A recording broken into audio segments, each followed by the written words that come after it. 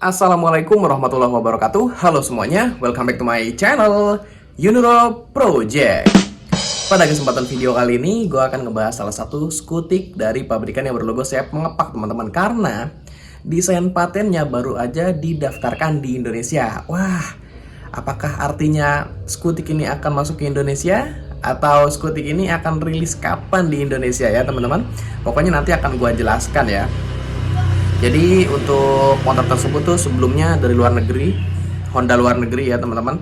Tapi desain patennya dipatenkan juga di Indonesia gitu teman-teman. Oke deh, gak usah banyak basa-basi, skuy, kita langsung bahas aja skutik yang didaftar patenkan di Indonesia. Tapi sebelum gue lanjut teman-teman, jangan lupa like video ini dan subscribe channel ini dulu supaya gue makin semangat bikin konten seputar roda 2 dan riding gearnya.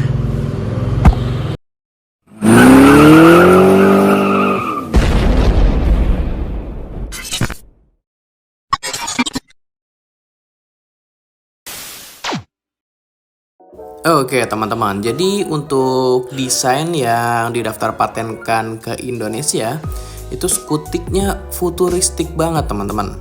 Jadi untuk gambar 3D-nya itu sudah terpampang ya di dokumen berita resmi desain industri. Jadi teman-teman bisa cek aja di websitenya Direktorat Hak Cipta dan Desain Industri Direktorat Jenderal Kekayaan Intelektual Kementerian Hukum dan HAM. Jadi motor matic ini didaftarkan dengan nomor permohonan A0020240342 teman-teman, dengan desainer Ayumu Suji dan Rina Ito. Emang kalau kita perhatikan untuk skutik ini, motor matic ini mirip dengan Honda Vario 125 yang old teman-teman, karena model lampunya ya hampir-hampir serupa lah ya, tapi nggak sama banget gitu teman-teman, mirip-mirip lah. Dan untuk motor tersebut juga ber-cc 125 teman-teman. Wah, apakah motor ini Honda Vario 125 yang akan rilis nanti gitu ya? Maksudnya yang terbaru di tahun 2025 apa gimana nih?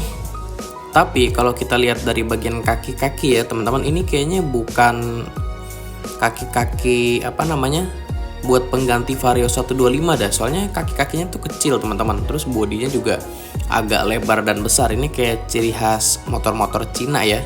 Soalnya untuk ukuran kaki-kakinya tuh compact banget. Jadi yang depan itu 12 inci dan yang belakang cuma 10 inci teman-teman.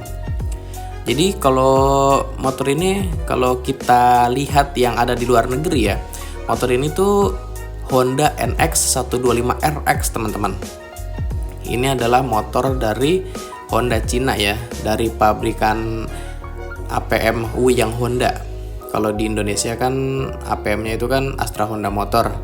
Nah kalau di Cina sana itu Wuyang Honda. Nah jadi si Wuyang Honda ini memiliki motor matic si NX 125 RX tersebut teman-teman. Nah dimana untuk desainnya itu dipatenkan di Indonesia. Jadi ada dua ini sih ya teman-teman, ada dua kemungkinan. Yang pertama yaitu motor itu benar mau masuk ke Indonesia, jadi didaftar patenkan dulu ya. Terus yang kedua hanya untuk menghindari penjiplakan saja di Indonesia. Soalnya ya kalian bisa tahu lah ya, di video-video sebelumnya gue pun pernah ngebahas motor-motor yang mirip dengan motor yang ada di Indonesia, tapi motor itu ada di luar negeri, tapi pabrikannya bukan Honda teman-teman. Jadi mereka menjiplak dari Honda Indonesia dan dibuat di negara mereka. Nah untuk menghindari seperti itu, makanya ada dua kemungkinan yang tadi gue bilang, antara benar mau rilis di Indonesia atau cuman untuk menghindari penjiplakan saja. Jadi kalau untuk kayak spek mesin itu pun ya masih berpendingin udara kayak gitu teman-teman ya, 125 cc, terus powernya itu 6,6 dk pada putaran mesin 7500 rpm dan torsi puncaknya itu 9,7 Nm pada putaran mesin 6000 rpm. Jadi tenaganya itu malah sama kayak Honda Beat terbaru ya teman-teman, bukan kayak Vario 125. Ya memang untuk motor-motor di luar negeri itu kayak apa ya, powerfulnya nggak terlalu ditonjolkan karena memang regulasi di sana biasanya lebih besar teman-teman untuk emisi gas buangnya. Kalau di Indonesia kalau nggak salah itu emisi Euro 3 kalau nggak salah ya, seingat gue ya. Nggak tahu kalau udah upgrade jadi Euro 4. Pastinya kalau udah Euro 4, pabrikan-pabrikan juga bakalan mematuhi regulasi itu sih, karena kalau nggak dipatuhin kan nggak bisa memproduksi mereka, karena gas buangnya tuh lebih besar. Kayak imbasnya dulu tuh King, motor-motor 2 tak lebih tepatnya ya, itu juga nggak bisa tuh ke dulu karena emisi gas buangnya jadi Euro 3 kan. Terus kalau untuk kayak keunggulan dari Honda NX125 RX ini yaitu tangkinya. Untuk motor 125 tangkinya lumayan lah ya, sebesar 6 liter. Terus di bagian pengereman itu ada ABS di bagian depan, terus ada idling stop system juga kayak ada di Honda di Indonesia ya. Terus ada charger USB. Terus apa lagi ya? Ya kurang lebih seperti itulah ya teman-teman. Untuk fitur-fiturnya nggak jauh beda juga sama yang ada di Indonesia, nggak terlalu ya. Menurut gue lebih bagus Vario 125 sih.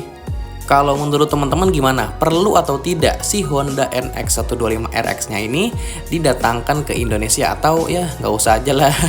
Karena kita sudah punya Vario 125 yang udah ganteng gitu kan. Silahkan berikan opini dan tanggapannya di kolom komentar. Oke teman-teman, jadi menurut kalian bagaimana mengenai skutik dari Honda tersebut? Silahkan berikan opini dan tanggapannya di kolom komentar. Oke, gua rasa cukup sampai di sini dulu informasi yang bisa gua sampaikan. Sebelumnya terima kasih buat teman-teman yang sudah menyempatkan waktunya untuk nonton video gua. Jika video ini bermanfaat, jangan lupa di like dan share. Terus kalau teman-teman punya masukan atau saran buat konten atau buat channel ini, bisa bantu di komen aja. Dan yang terakhir, jangan lupa di subscribe sama nyalain loncengnya juga supaya kalian mendapatkan notifikasi terupdate-nya. Oh iya, jangan lupa follow juga Instagramnya di @yunuroproject, karena sebelum gua upload ke YouTube pasti akan gue informasikan atau gua posting dulu di Instagramnya. So di Instagramnya nanti bakalan lebih up to date.